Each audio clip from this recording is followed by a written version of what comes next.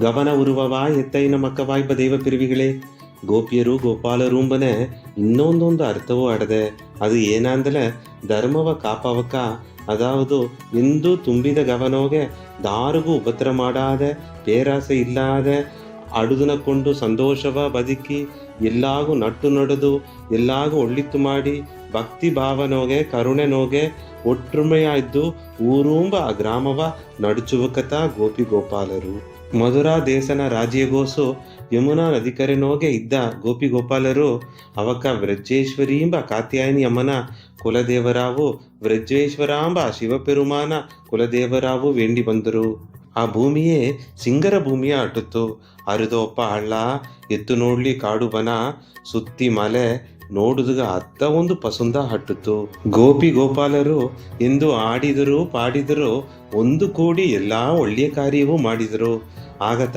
ಕುಲಗವೇ ಭಿನ್ನದ ಬೀಸಲ ವಾಸುದೇವರನ ಇನ್ನೊಂದು ಹೆಂಡ್ರಾಯ್ಬ ರೋಗಿಣಿಯಮ್ಮಗ ವೈಕುಂಠಾಂದ ಆದಿಶೇಷ ಅನಂತಶೇಷನ ಅವತಾರವ ಬಲರಾಮರು ಹುಟ್ಟಿದರು. ಓದ ಪಿರುವಿನೊಗೆ ಶ್ರೀರಾಮರುಗ ತಮ್ಮನ ಹುಟ್ಟಿದ ಲಕ್ಷ್ಮಣ ಎಂದೂ ಪಕ್ಕದವೇ ಇದ್ದು ಎಲ್ಲಾ ವಿಧವಾದ ಸೇವೆಯೂ ಮಾಡಿ ಬಲವಾ ಇದ್ದವನತ ಈ ಪಿರವಿನೊಗೆ ಬಲರಾಮಾಂಬ ಹೆಸರುನೊಗೆ ಅವತಾರ ಎತ್ತಿದರು. ಕೃಷ್ಣಗೂ ಅಣ್ಣನಾದರು. ತಮ್ಮ ಇಬ್ಬನೇ ದುಃಖ ಏನ, ಅಣ್ಣ ಇಬ್ಬನೇ ಅರಕೋಲೇನ, ಅಕ್ಕ ಇದ್ದಲೆ ಅವ್ವ ಇದ್ದಂಗೆ, ಅಮ್ಮೆ ಇದ್ದಲೆ ಹೆಣ್ಣು ನಲದಂಗೆ ಎಂದು ಅಣ್ಣ ತಮ್ಮರು ಅಕ್ಕೆ ತಂಗಿರು ಪಾಸವ ಒಲಗಗ ಉಣರ್ತಿದ ಪಟ್ಟುನ ಪಸುಂದು ಕಾತಿಯ ಮಕ್ಕವೇ.